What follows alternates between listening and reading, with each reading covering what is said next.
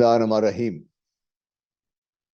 کل سب آپ لوگوں کی نظر سے گزرا ہوگا کہ خان صاحب نے بڑا واضح طور پہ کہا ہے کہ مجھے تیسری دفعہ قتل کرنے کی سازش تیار ہو چکی ہوئی ہے، جس میں انہوں نے اسد داری صاحب کا نام لیا ہے کہ ان کے ذریعے پیسے دہشت گردوں کو ٹی ٹی پی کے کچھ ایسے ایلیمنٹس کو دے دیے گئے ہیں جو کل کلاں استعمال ہوں گے خان صاحب کی خلاف۔ خان صاحب نے ایک قدم آگے جاتے ہوئے پھر اس بات کو دہرایا ہے کہ یہ طاقتور حلقے ہی کام کر رہے ہیں۔ دیکھیے، جب سے نئی ملٹری لیڈرشپ آئی ہے، میں 2-3 دفعہ یہ درخواست کر چکا ہوں اور میں پھر اس ویلاگ کے ذریعے ایک درخواست کرنا چاہتا ہوں۔ پاکستان کی فوج پر جس طریقے سے آج حملے ہو رہے ہیں، جس طریقے سے روز کے حساب سے پاکستان کی افواج کو متعین کیا جا رہا ہے، اور یہ کہاں سے شروع ہوا کہاں ختم ہوگا، کہاں سے شروع ہوا یہ تو ہمیں پتہ ہے کہ گجرانوالہ کے جلسے میں نواز شریف صاحب نے جو نام لے کے شروع کیا، خان صاحب اس سے کافی قدم آگے لے کے بڑھ چکے ہوئے ہیں۔ کہ یہ معاملات یوں ہی چلیں گے تو اگر افواج پاکستان کو اس طریقے سے متعین کیا جاتا رہا تو وہ بھی تو انسان ہے، ان کے بھی تو کوئی احساسات ہیں، جذبات ہیں، وہ کتنی دیر تک اس چیز کو برداشت کرتے رہیں گے؟ کیا رینک اینڈ فائل کو ہم اس حد تک ڈیمورلائز کرنا چاہتے ہیں کہ وہ اپنی لیڈرشپ پر ان کا اعتماد جو بالکل بلائنڈ ہونا چاہیے وہ ختم ہو جائے؟ اس کا مودی صاحب کے لیے شاید اس سے بہتر خدمت اور کوئی نہیں کر سکیں گے جب ہم نے یہ اچیو کر لیا، اور یہ کوئی بڑی دور کی بات نہیں ہے۔ اگر یہ سب کچھ جاری رہا، یوں ہی ہوتا رہا، تو بڑی دور کی بات نہیں ہے یہ۔ خدا نہ خواستہ یہ پاکستان کی فوج 20 کے سے افیکٹ ہو جائے گی، اور پاکستان فوج کی کوہیسونیس وہی پاکستان کی فوج کی اسٹرینتھ ہے، اور پاکستان کی سیکورٹی کی اسٹرینتھ یہ ہے کہ پاکستان کی افواج اپنے عوام میں سے ہیں، اور عوام کا افواج پاکستان پر مکمل اعتماد ہے اور ان کے ساتھ کھڑی ہیں۔ یہ پاکستان کی سیکورٹی کی اسٹرینتھ ہے۔ پاکستان کے نیوکلیئر ویپنز اس کی سیکورٹی کی اسٹرینتھ نہیں ہے۔ میں جو پہلے میں نے عرض کی تھی میں دوبارہ عرض کر دیتا ہوں۔ دیکھیے، 3 بہت بڑے واقعات ہوئے ہیں جس میں باقاعدہ افواج پاکستان کو ڈائریکٹلی بلیم کیا گیا ہے۔ ہمارے بہت ہی پیارے ارشد شریف جس طریقے بہیمانہ طریقے سے ان کو شہید کیا گیا، پہلے ملک سے باہر نکلنے پہ، پھر دبئی سے باہر جانے میں، پھر کینیا میں جس قسم کی شہادت ہوئی، اور جس طریقے سے افواج پاکستان کو براہ راست اس میں ملوث کیا گیا، میرے لیے ایک بہت بڑا شوق ہے میرے لیے یہ۔ پھر جس طریقے سے اعظم سواتی صاحب کے ساتھ جو کچھ بھی ہوا، انتہائی شرمناک تھا جو بھی ہوا، لیکن اس میں بھی افواج پاکستان کو ڈائریکٹلی اور انڈائریکٹلی بلیم کر دیا گیا۔ پھر خان صاحب پہ جو قاتلانہ حملہ ہوا، اور اب جو جے آئی ٹی نے جس وقت سے ہم بات کر رہے تھے کہ بھئی یہ ایک نہیں تھا، یہ باقاعدہ ایک منصوبہ تھا جس میں 1 سے زیادہ حملہ آور تھے، اور یہ جو بندہ پکڑا گیا ہے یہ شاید وہ مین آدمی نہیں ہے، اور جو بندہ اس دن وہاں پہ شہید ہوا وہ گولی اس کے لیے نہیں تھی، بلکہ وہ اسی بندہ جو پکڑا گیا اسی کے لیے گولی تھی، جس کو تاکہ اس کو وہیں ختم کر دیا جائے، اور جو خان صاحب پہ جو حملہ ہوا ہے اس کا آگے سے سرا ہی ختم ہو جائے سارا اس میں۔ یہ 3 ایسے بڑے واقعات تھے، ہیں آج بھی، جو پوری قوم کا منہ چڑھا رہے ہیں۔ میں نے درخواست یہ کی تھی نئی لیڈرشپ سے کہ آپ اگر یہ 3 واقعات کی ٹرانسپیرنٹ انکوائری، انویسٹیگیشن، اور پوری طاقت سے، پوری قوت سے، پوری ہمت سے، پوری جو بھی ریسورسز لگا کر قوم کے سامنے لے آئیں گے، اور اس سے افواج پاکستان کا نام کلیئر ہو جائے گا، تو عوام کا جو اعتماد ہے، یا جو بھی طبقات عوام پاکستان فوج کے خلاف بات کر رہے ہیں، ان کا منہ بند ہو جائے گا۔ آج پھر میں یہ درخواست دہرانا چاہتا ہوں.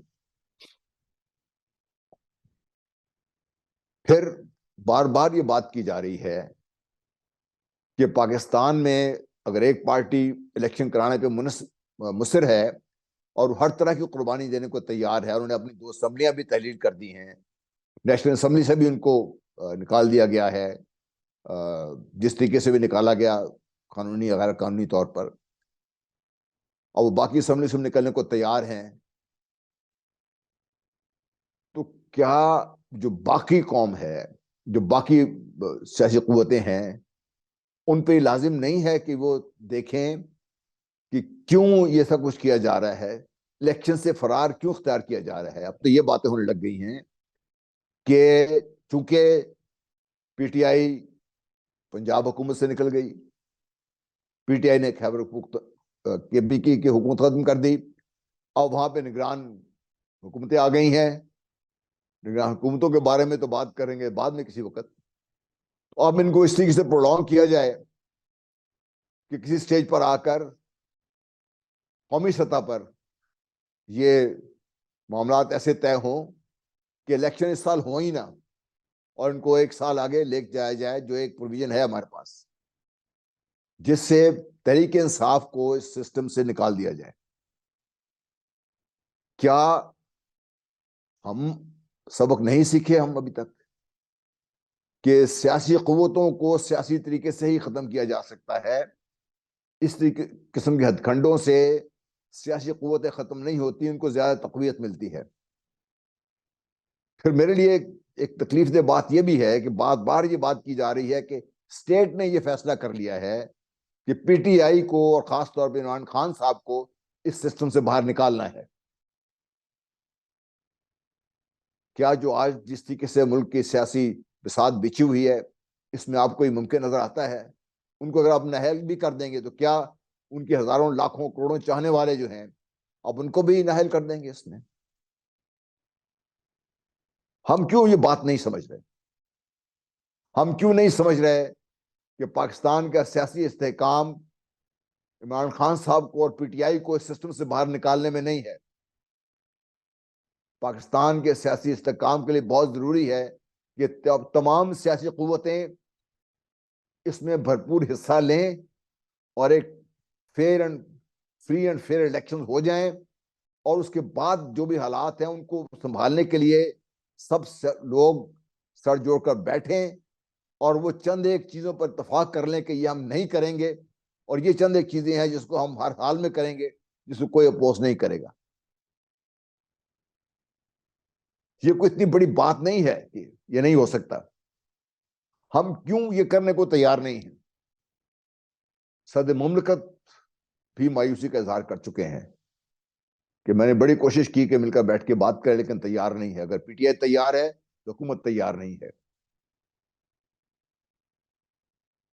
حکومت جس طریقے سے بھی چل رہی ہے، کیا معاملات اس طریقے سے سنبھالے جائیں گے کہ آپ 1 سال اور بڑھا دیں گے تو کیا پاکستان میں ڈالر اگنا شروع ہو جائیں گے؟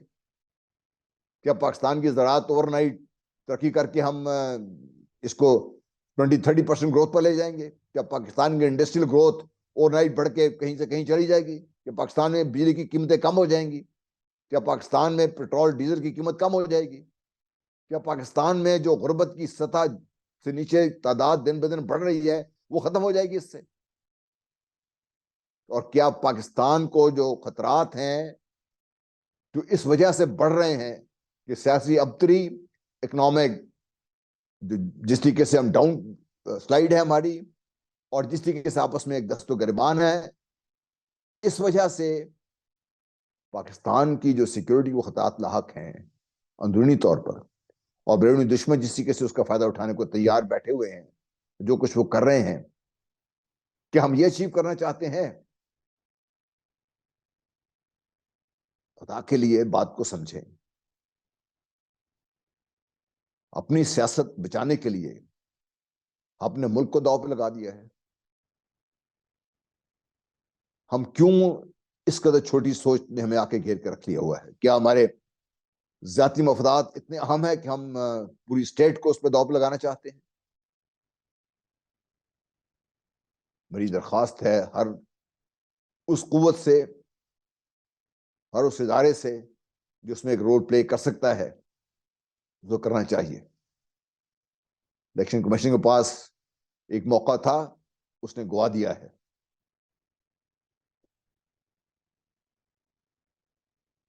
فواد چودھری صاحب کا جو جس طریقے سے گرفتاری ہوئی ہے, اس میں کچھ بلیک بیگوز کا ذکر آیا, بغیر نمبر پلیٹ والی تھی. لوگوں نے بغیر سوچے سمجھے الزام اسٹیبلشمنٹ پہ,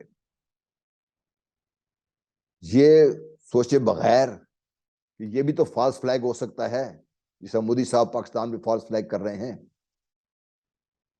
اس قسم کے بھی فالس فلیگ بھی تو ہو سکتے ہیں کہ الزام در الزام اسٹیبلشمنٹ پہ جاتا رہے, وہ بدنام ہوتی رہے, وہ کمزور ہوتی رہے, اندرونی طور پر خدا نخواستہ اس میں انتشار پیدا ہو جائے جس سے دشمن فائدہ اٹھائیں.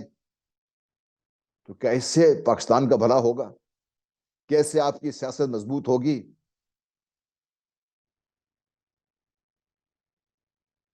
مجھے نہیں سمجھ آتی کہ کیوں اتنی چھوٹی چھوٹی چیزیں, معمولی چیزیں جو ہیں, ہم ان کو سمجھنے سے قاصر ہیں. خدا کے لیے پاکستان میرے سے, آپ سے, ہم سب سے بہت بڑا ہے. پاکستان سلامت ہوگا تو سیاست بھی سلامت رہے گی. پاکستان مضبوط ہوگا تو سیاسی پارٹیاں بھی مضبوط ہوگی, حکومت بھی مضبوط ہوگی, تمام معاملات بہتر ہوں گے. وقت ہے اپنی اناؤں سے باہر نکل کر پاکستان کے بارے میں سوچنے کا. کیا ہم اس قابل ہیں, یا جو ہم نظر آتے ہیں, جتنا بڑا بڑا قد ہم بنا کے دکھانا چاہتے ہیں اپنا سیاسی, اصل میں ہم اتنے بونے ہیں سیاسی طور پر کہ ہم اپنی ذات سے باہر نکل کے سوچ نہیں سکتے. اگر یہ حالت ہے پھر کسی کو, پاکستان کو اور کچھ کرنے کی ضرورت نہیں ہے. بہت بہت شکریہ. اللہ حافظ.